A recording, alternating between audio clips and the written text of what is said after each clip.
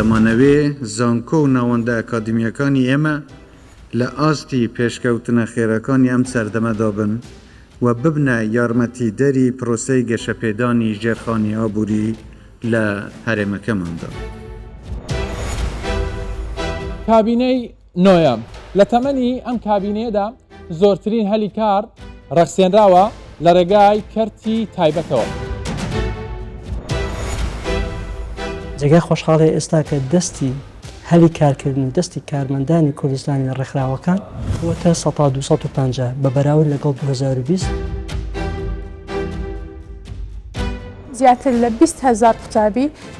ستودیان لەو خزمەتگوزارانەیە وەرگرتێ کە سنتەرەکانی پەرەپێدانی کار ئەنجامیاندا. سەرجەم پرۆژەکانی کەرتی تایبەت و هاوبەش و سەرجەم دامەزراوەکان پێویستە پابند بن بەوە کە نابێت کرێکاری بیانی لە هیچ حاڵەتێکە 125 زیاتر بێت.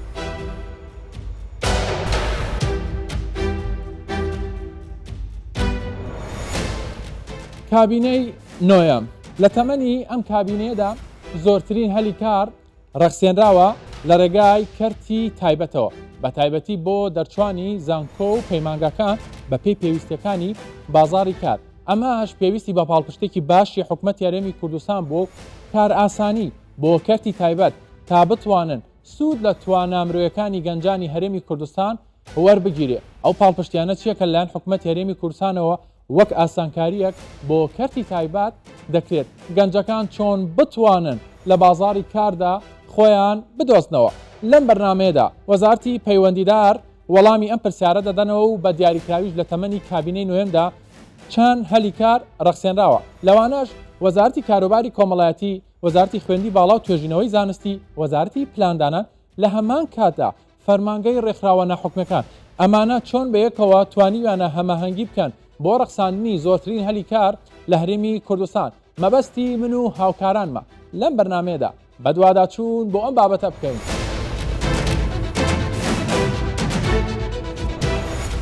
دەستپێکی ئەم بەرنمەیە لە دیدارێکی فەرمانگەی ڕێکخراوە ناحوکمیەکان دەست پێ دەکەین کە تایبەت بوو بە پەرەپێدان و گەشەپێدانی لاوان و دۆزینەوەی هەلی کار بۆ گەنجانی هەرێمی کوردستان بە تایبەتی لە ڕێگای ڕێکخراوەکانی هەرێمی کوردستانەوە. کاک بارزان، من دەمەوێت لەوە لەگەڵ بەڕێستانە دەست پێ بکەم. زیاتر لە 5,000 ڕێکخراوی ناوخۆیی و پیانی و لە هەرێمی کوردستانە بۆنی هەیە. ئەمە ژمارەیەکی زۆرە. ئاستی ئەو پیشاندەکاری میکوسانی یەکجار پێشکەوتنێکی خۆیەوە بینیوە. بەڵام بابەتێک پرسیاری دێتە لێرەوە سوودی ئەم ڕێکخراوانە چییە بە تایبەتی ئەگەر وردتری بکەمەوە لە ڕووی ڕەخساندنی هەلی کارەوە؟ بەدڵ نایە ڕێکخراوەکان ڕۆڵی زۆر باڵایان هەیە لە دروستکردنی هەلی کار دەرفەتی کارکردن و ئەم هەلی کارکردن و دەرفەتی کارکردنە ڕنگدانەوەی زیاتریش وە لە چوارچێوەی دەست بەکاربوونی کابینەی حکوومەتی هەرێمی کوردستان و دەست بەکاربوونی ستاف و سەرۆک و ستافی نوێی فەرمانگە کە لە چوارچێوەی کارنامەی کابینەی حکوومەتی هەرێمی کوردستان و بڕیارەکانی ڕێزدار جەنابی سەرۆکی حکوومەتی هەرێمی کوردستان کاری کردووە و پلانی استراتیژی خۆی داڕشتووە و کۆمەڵێک هەنگاوی گرنگی هەڵگرتووە. بۆ نمونە دەرفەتی کارکردن لە ڕێکخراوەکان بەر لەوەی چاکسازی ناو فەرمانگە بکرێتن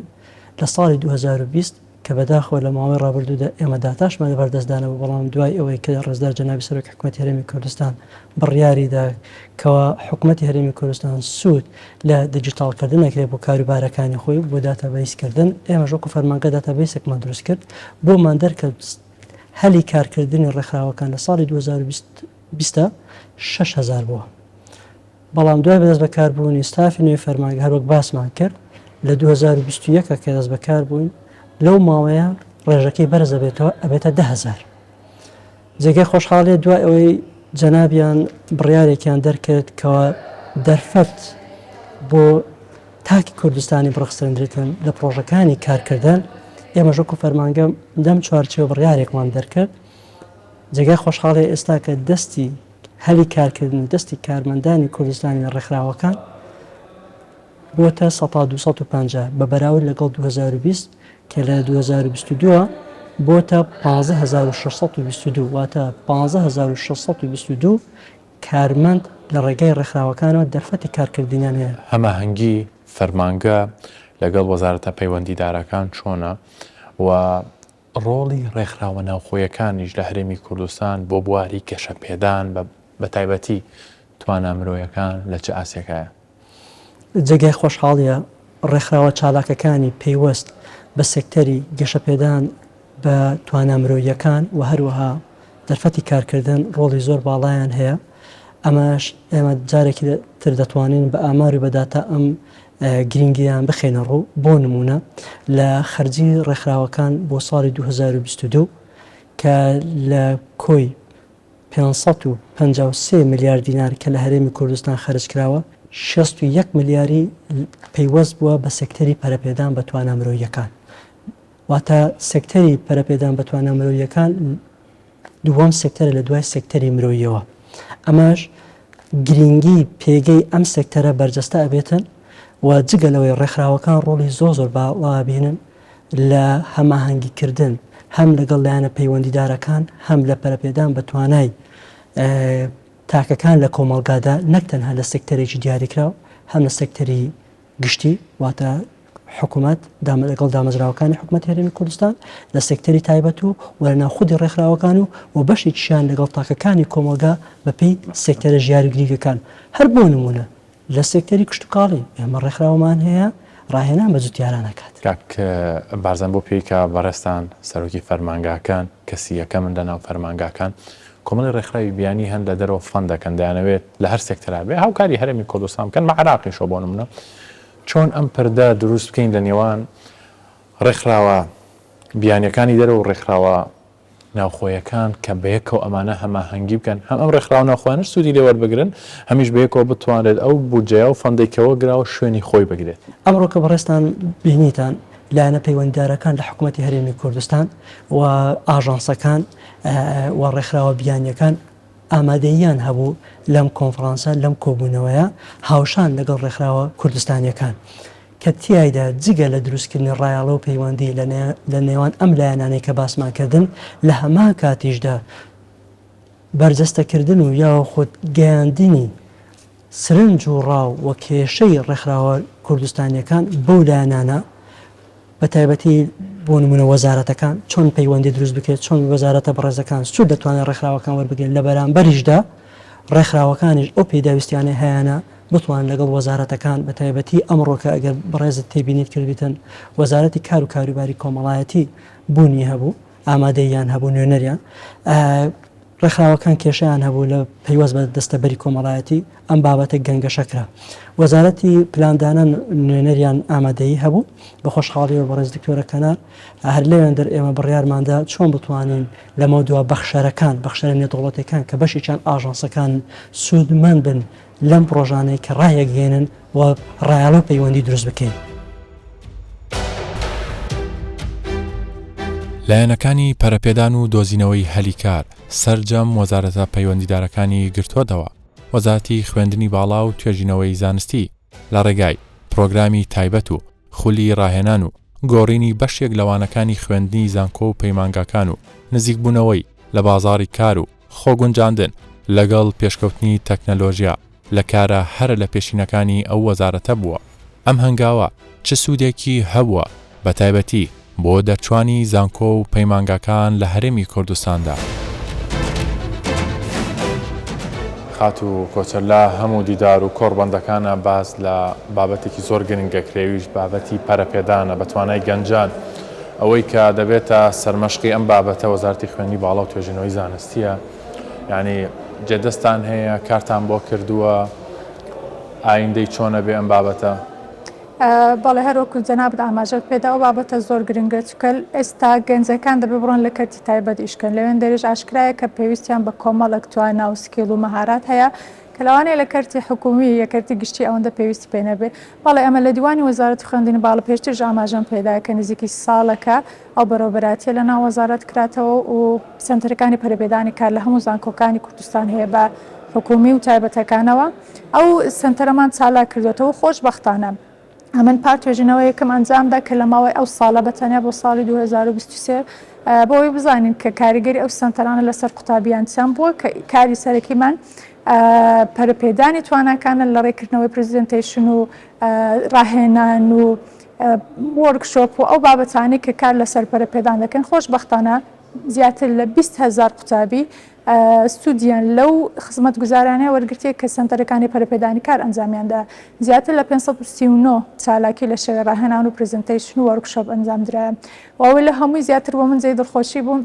نزیکەی 4,000 قوتابی لە پرۆگرامی ڕاهێنانی توانەکان بەشداریان کردێ کە ئەزمموی کردداریان لە کەرتی تایبەت وەرگرتیە پێش ئەوەی کە دەربچن لە زانکۆکان ئەوە جێی خۆشحاڵێت کە یەک لە گەورەترین کێشەکانی قوتابی تازە دەرچوو ئەوە بووە کە سیڤەکەی لەو بەشێکە لە هەمووی گرنگترە بەلای کۆمپانیاکە و کەرتی تایبەتەکانەوە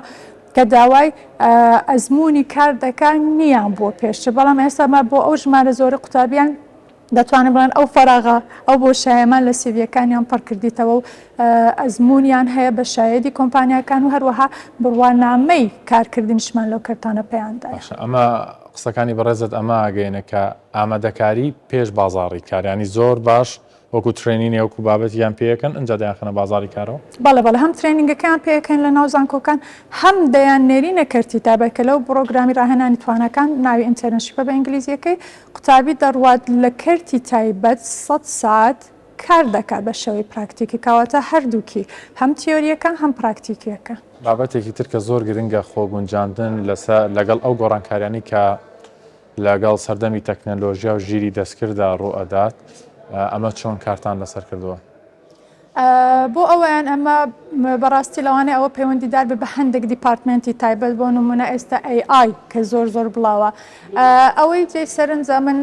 تقریبان چەند مانگێک پێش ئێستا لە وڵاتە یەکگرتووەکانی ئەمریکا لە کۆنفرانسێک بەشداریم کرد هەموو ئەو سێشنانەی کە پەیوەندیان بە IA هەبووە تا ژیری دەستکرد هەبوو دەڕۆشمە ئەو سێشنانە دەڕۆشمە ئەو بەشانە لەوەی بزانم کو لە کوردستان ئەمەش بتوانێت ڕوبەڕووی ئەو شتە ببینەوە بەڵام ئەوەی ئەمن لۆم دەرکەت حتا لە وڵاتە یەکگرتووەکانی ئەمریکا کە خۆی داهێنەری ژیری دەستکردە زۆر کێشیان هەبوو لەسەر ئەو بابەتە بۆ نمونە پۆلیسیەک نەبوو ڕێنمایی یاسایەک نەبوو کە ئەو شتە کۆنتترۆل بکبوو ماوێتیانی کاتە هێشتا حتا لەوێمانە لەوانەیە لە 5 ساڵی دیکە بتوانن هەندێک ڕێنمایی بنووسن بۆ منەیەک لەوانە گرفتی قوتابیان کە ژیری دەستکردیان بەکاردێنە لە نووسینەوەی توێژینەوە ئەو بابەتانە نایاسایەک هەیە ڕێگری لێ بکە نایاسایەکش هەیە ڕێی پێبدا لەبەرەوە ئەمە دەبێت چاوەڕێ بکەین بزانین گۆڕانکاریەکان لە هەموو جیهان چۆن دەڕوە ئەمەش بەو شێوەیە دەتوانین خۆمانی لەگەڵ بگونجێنە بەڵام یەکشت کە لۆم دەرکەت لەسەر ژیری دەستکرد ئەوەیە کە ئەو بابەتە وجودی هەیە و دەبی و ڕێگری لێ ناکرێت لەبەرەوەی بودجەیەکی زۆر گەورەی لە بۆ تەرخان کرا لەبەرەوە ئەمە بەجبورین کە کارێک بکەین لە داهات و خۆمان بگونجێنین لەگەڵ ئەو داهێنانە نوێیە لە تەمەنی کابینەی نۆیەمدا زۆرترین هەلیکار لە ڕێگای کەرتی تایبەتەوە بۆ کرێکارانی ناوخۆیی دەستەبەر کراوە وەزارەتی کار و باری کۆمەڵایەتی باز لە بڕیارەکانی حکومەت دەکات تایبەت بە دەستەبەرکردنی کۆمەڵایەتی و پاراستنی مافەکانی کرێکاران لە هەرێمی کوردستاندا کە باسی وەزارەتی کاروباری کۆمەڵایەتی دەکەی باسی ڕخسانی هەلیکارەکەین باسی دەستەبەری کۆمەڵایەتی دەکەین خاڵێک کە زۆر جەختی لەسەرکرا و لەلایەن وەزارەتەکەدان و باز دەکرات ئەو مەرجەی کە لەلایەن انجومەنی وەزیرانە و بڕیارەکە دەرکراوە دەبێت 175 دەستی کاری ناوخۆی لەسەر جەم پرۆژەکان شوێنە کەرتی تایبەتەکان ناوخۆی بێ و لە دوای ئێوە شۆبەڕێژەی 125 کەرتی بیانی بێ ئەمە چۆتە بواری جێبەجێکردنەوە بەڵێ ئەو بڕیارە لە بواری جێبەجێکردنە ئێستا کە من قسە لەگەڵ بەڕێستاکەم چکە ئەو بڕیارە لە مانگی 2022دا بڕیاری ژمارە 172 ئەنجومەنی وەزیران لەلایەن جەنابی سەرۆکی حکوومەتەوە دەرچووە وەیشێ لە خاڵەکانە مخاتەبی وەزارەتی ئێماکات وە فەرمانەکات کە ڕێنمایی دەربکەین ئێمە لە مانگی 12دا ڕێنمایی ژمارە 8مان پێ دەرکردووە ڕێنمایەکە وەکو تەفاسیلێکی زیاترە بۆ بڕیارەکەی بەڕێز سەرۆکی حکوومەتە بەڵێ ئێستا لە بواری جێبەجێکردنایە لە مانگی یەکەوە ئەتوانین بڵێن بۆ هەمواریکە کردمانەوە چکە هەموارێکمان کردەوە ئێستا لە بواری جێبەجێکردنایە سەرجەم پرۆژەکانی کەرتی تایبەت و هاوبەش و سەرجەم دامەزراوەکان پێویستە پابند بن بەوە کە نابێت کرێکاری بیانی لە هیچ حاڵەتێکا لە 25 زیاتر بێت لە 125 زیاتر بێت ئەمە کاریگەری هەبووە لەسەر ڕخسانی هەلیکاری بۆ ناوخۆی بەدڵنیاییەوە چکە جاران بەبێ مۆڵەتی وەزە خاڵیش کەش بیرمان نەچێ هەر لە بڕیارەکەی ئەنجومەنی وەزیرانە ئاماژە بەوە دراوە کە نابێ هیچ قاوەنکارێک کرێکاریان کارمەندی کەرتی تایبەت بخاتە سەر کار ئەگەر مۆڵەتی کارکردن لەلایەن وەزارەتی کار و کاروباری کۆمەڵایەتیەوە نەبێت کەواتە ئەتوانین ئێستا بڵێن سەرجەم ئەو پرۆژانەی کە زۆر پێویستیان بە کرێکارێکی کرد یعنی کرێکارێکی بیانی نەبێت ناتوانن بێنە هەرێمی کوردستانەوە ئەویش بێت کرێکارە بێ خاوەنی مەهارە بێت و بە چەند مەرجێک بۆ مدەیەکی زەمەنی کەمەوە و ئەگەڕێنەوە بۆ یاساکە لە یاسای کار ژمارە هەفتاوێکی ساڵی 1970 ئاماژە بۆدا کرێکارێکی بیانی کە هێتە هەرێمی کوردستانەوە پێویستە چەند کرێکارێک فێر بکاتەوە و کرێکارە خۆی بێت لە ئەساسە عاملێکی ماهر بن یعنی خاوەنی کەفایەک بێ ئەو کەفە ئەو توانایە لە هەرێمی کوردستانە دەست نەکەوێت لە حاڵی ئێستا لە خاوەنی پیشەی خۆشی بێ لە دەرەوە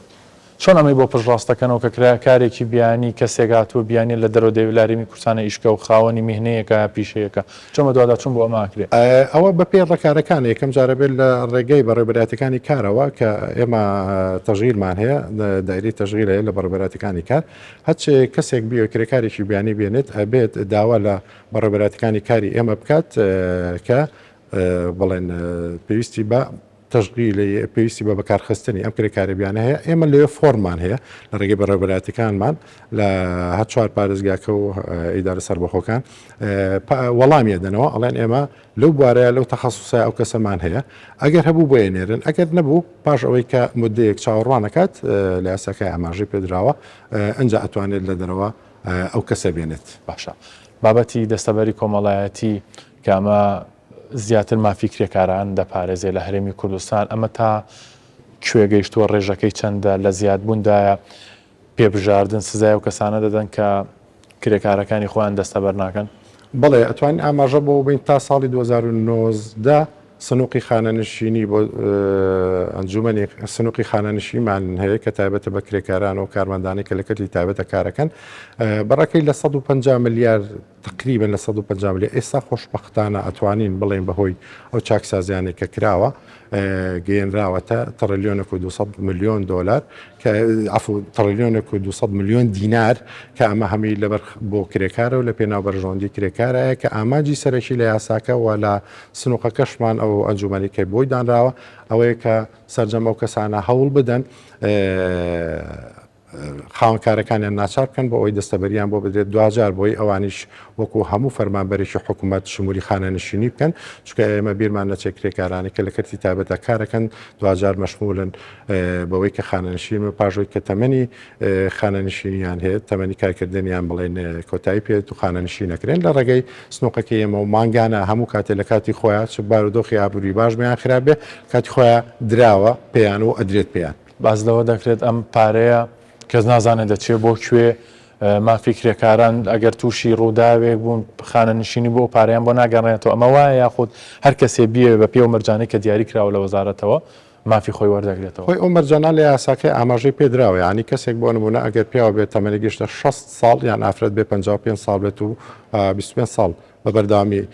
زمانی بۆ درابیان تەمەنی 30 ساڵ لەسەر یەک هەردوو ڕەگەزەکە تەمەنیان گەشت 30 ساڵ زمانیان بۆ درابوو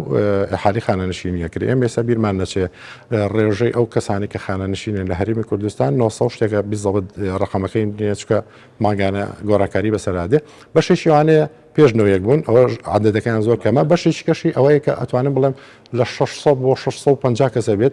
خەڵک لەواسێ پرسیاکە بڵێ عادەکەی زۆر کەمە ئێمە حکوومەتی هەرێم لە 92 دروست بوو ینی تەمەنی کارکردن تۆ بیر لەوە بکەرە لە 6 ساڵی ینی تۆ ئەبێ 25 ساڵ کار بکەیت تا ئینەبیت ینی ڕاستە لەواسێ 10 ساڵیکە 20 ساڵیکە عادەتەکە زۆر زیاتر بێت لەوەی کە ئێستا هەیە بەدەر لەوەش ئەگەر و کەسانی کە مەرجەکانی خانەنشینیان تیانە بوو بۆ نمونە تەمەنی گەشتە 6 ساڵ و ڕاژەی پێویستی نەبوو خزمەتی پێویستی نەبوو ئەتوانیم کافەی نیای خدمە وەربگرێ و کافەی نیای خدمەش ئەوەیە بڕێک لە پارەی ئەو ماگانەی ئەو ساڵانەی پێدرێت کە خزمەتی کردووە و ئێمە یەک شتێکە هەیە زۆر زەڕورە بیرمان نەچێ ئێمە کرێکارمان هەبووە پاش ئەوەی ینی کارمەندی کەتی تایبەتمانە بە پاژەوەی لە فەرمانگەکانی حکوومەت تاعین بوون ساڵانی خزمەتی بە تەواوەتی بۆمان ناردووە ئێستا وایە بڵێن 5 ساڵ بێت 10 ساڵ بێ خزمەتی هەبێت لە حکوومەتە. یەکێکی دیکە لە ئامانجەکانی حکومەتی هەرێمی کوردستان پاڵپشتیکردنی پرۆژە بچووک و مامناوەندەکانی گەنجان بووە هەم لە ناوخۆ هەمیش لە ڕێگای وڵاتانی بەخشەرەوە بۆ ئەم مەبەستە وەزارەتی پلاندانانی حکومەتی هەرێمی کوردستان هەماهەنگی تەواوی هەیە لەگەڵ وەزارەتە پەیوەندیدارەکانی هەرێمی کوردستان و ڕێکخراوە بیانیەکان و وڵاتانی بەخشەر تایبەت بە پاڵپشتیکردنی پرۆژە بچووک و مامناوەندەکان. هاتوو کەنار وەکو وەزارەتی پلاندانان ئێوە زۆر لەگەڵ وڵاتانی بەخشەرایشەکان و ڕێکخراوانی کە دابەخشن تایبەت بە هەرێمی کوردستان بابەتێک بۆ هەرێمی کوردستان زۆر گرنگە ڕەخساندنی هەلی کار یانیش سەپۆرتکردنی ئەو پرۆژە بچووک و مامناوەندانە چیتان کردووە لەم بابەتە؟ بەڵێ بێگومانێکێک لە کارەکانمانەوەیە کە ئێمە هاندانی کردی تایبەت بکەین وەکو ئیشی خۆشمان هاوکاری و هەماهەنگی پەرپێدان لەگەڵ وڵاتانی بەخشەرەواتە ئێمە تەنها باس لەو بەشە ئەەکەین کە هاوکاریە نێودەوڵەتیەکانی بۆ دێت یەکێک لە ئەولەویەتی لایانی حکومی و بەڵام بە هەمان شێوە لایانی دەرەچی ئەوەیە کردی تایبەت باشتر بێت زیاتر پەرەی پێ بدرێ ئەوەش بۆ ئەوەیە کە ئێمە هەلی کار بڕەخسێنین ئێوە بەڕێستان ئاگادارن کە ئێمە ژمارەی گەنجی زۆرمان هەیە کە بەداخەوە هەلی کاریان هەدا ئێستا بۆ نەڕەخساوە بەڵام بەڕاستی لەلایەن حکوومەتیشەوە ئاسانکاری زۆر لە هەموو ئەو بەشانە کراوە کەوا بکە بێگمانەمە بە 1-2 ڕۆژ ناکرێ ئەمە یاسای پێویست بووە کە هەموار بکرێتەوە زۆر بابەتی کەش کە ئەگرێتەوە ئەمانە هەمووی ستێپی بۆ دانراوە ئیشی لەسەر کراوە و ڕێکخراونە دەوڵەتەکانیش بە خۆشحاڵیەوە حەزەکەن لەو بابەتەیە ئیش بکەن سەپۆرتیەکەن ئەوان سەپۆرتیان کردووە ینی نمونەتان لەبەردەستایە کە هاوکاری گەنجانیان کردبیا پرۆژە بچووک و مامناوەندانە بەڵێ ئەوەی کە چارچێوەی بەتایبەتی وەکو وڵاتی بەخشەر لەگەڵ ڕێکخراوی نەتەوەی گرتوەکان کە لە ڕێی وڵاتە بەخشەرەکانەوە فەند وەرەگرن هاوکاری دارایی وایان کردو لە چارچێوەی خۆیان کە بەشێکی وەکو وتمان بۆ پەرەپێدانی کردی تایبەت بێ ئەوەشەوە گرێتەوە یان ڕاستەوخۆ هاوکاری حکوومەتە بن بۆ بڵین هەموارکردنەوەی یاساکان یان بەڵێ یان بۆ ڕاستەوخۆی کەن یان لە ڕێگەی کردی تایبەت واتە ئەمە هەمووی بۆ ئەوەیە بە تایبەتی لە هەرێمی کوردستان بڵین پرۆژەی بچووک و مامناوەند ژمارەی زیاتر بێ بۆی ئێمە گەنجانمان بتوانن ئاعتیماد بەڕاستی لەسەر خۆیان بکەن و ئەو کەرتە ببوژێتەوە ئەو پێی کە بەڕێستان بەرپرسیارن لەو بابەتە وەکو وەزارەتی پلاندانان فەندەکە ئەمەندە باشە کە بتوانی پرۆژەکەی پێدابین کێتی گەنجێک چەند هەلی کاری بۆ چەند گەنجی تر بدۆزێتەوە بێگومان ئێمە بە شێوەی بەخشین هەیە بە شێوەی قەرزیش هەیە کە لە ڕێگەی حکوومەتەوە ئێستا لە ڕێگەی پرۆژەی بلوم و لەگەڵ بە هەمانگی لەگەڵ وەزارەتی کار و کاروباری کۆمەڵایەتی ئەکرێ بە چەند شێوازێکی هەیە ئەوەی کە مەبەستە لێی ئەو کەسەی کە لە سفرەوە دەست پێەکە بتوانێت بێگومان پەرەپێدانی تواناکانیشی بۆکەن واتە تدریبی پێ ئەکرێ بۆی بزانێت چۆن لە چیەوە دەست پێ بکات لە سفرەوە و بەپێی ئەوەی کە بێگومانی مازای هەزاران کەس داواکات ئیتر ئەو کەسانە هەڵبژێرن هەندێک جار 120 چانست هەیە وەربگیرێ ئیتر بەپێی ئەوەیە کە تۆ ئەو خاڵبندیانەی کە داوا کراوە هەر لایەنێکی بەخشەرەیدا بتوانی تیاتا بێ بەشێکی کەش ئەوەیە کە تۆ پرۆژەکەت هەیە بەڵام وەستاوە لە بەرەوەی تەمیلت نییە یان لە بەرەوەی نەتوانیوە هەر سەبەبێک بێ واتە دەستی پێ کردووە بەڵام پێویستت بە هاوکاریە لەو حاڵەتانش ئەکرێت بڵێ خاتوکەنە لە هەرێمی کوردستانە زیاتر لە 5,000 ڕێکخراو هەن لە بوارە جیاوازەکانە کارەکان هەندێک جار پێویستیان بە نێوەنگیریەکە بە پردێک هەیە بیانگەیەنێ بەوە وەزارەتی پلاندانان وەزارەتێکی پەیوەندیدارن بۆ بابەتە هیچتان بۆ کردوون کاراسانیتان بۆ کردوون دەستخۆش ئێمە لە وەزارەتی پلاندانان وەکو پێشتر ئاماژە پێدا ئێمە ڕاستەوخۆ لەگەڵ بەخشەرەکانین فەرمانگەی ڕێکخراوە ناحکومیەکان بە تایبەتی هەموو ڕێکخراوە ناحکومیەکانی نێودەوڵەتی و لۆکاڵی بەڕاستی لەوێن دوای ئەوەی کە بڕگە یاسایەکانیان و دوای ئەوەی کە ئەو NGOیانە بەڕاستی لە فەرمانگەی ڕێکخراوە ناحکومیەکان بە تەواوی داتا و هەبوونیان هەیە ئێمە ئەمڕۆ بڕیارماندا بە هەماهەنگی لەگەڵ فەرمانگەی ڕێکخراوە ناحکومیەکان کە لەمە دووە ئاسانکاریەکی کاریان بۆ بکەین ئەگەر پێویستیان بوو بە زانینی ئەوەی لەمە دووە بەخشینی هاوکاری بۆ چ بابەتێکە بۆ چ سێکتەرێکە ئێمە ئامادەین هاوکاریان بینۆک وەزارەتی پلاندانان هەنگاونان بەرەو کەرتی تایبەت و دروستکردنی دەرفەتەکانی و پاڵپشتی پرۆژەی بچووک و مامناوەندەکان یەکێکە لە بەرنامە سەرەکیەکانی وڵاتانی پێشکەوتوو لە هەرێمی کوردستان و بە دیاریکراویش لە تەمەنی کابینەی نوێمدا زۆرترین دەرفەتەکان بۆ کەرتی تایبەت تەرخان کراوە بە ئامانجی ڕەخساندنی زۆرترین هەلی کار بۆ گەنجان و گرنگیدان بە توانە مرۆیە ناوخۆیەکان.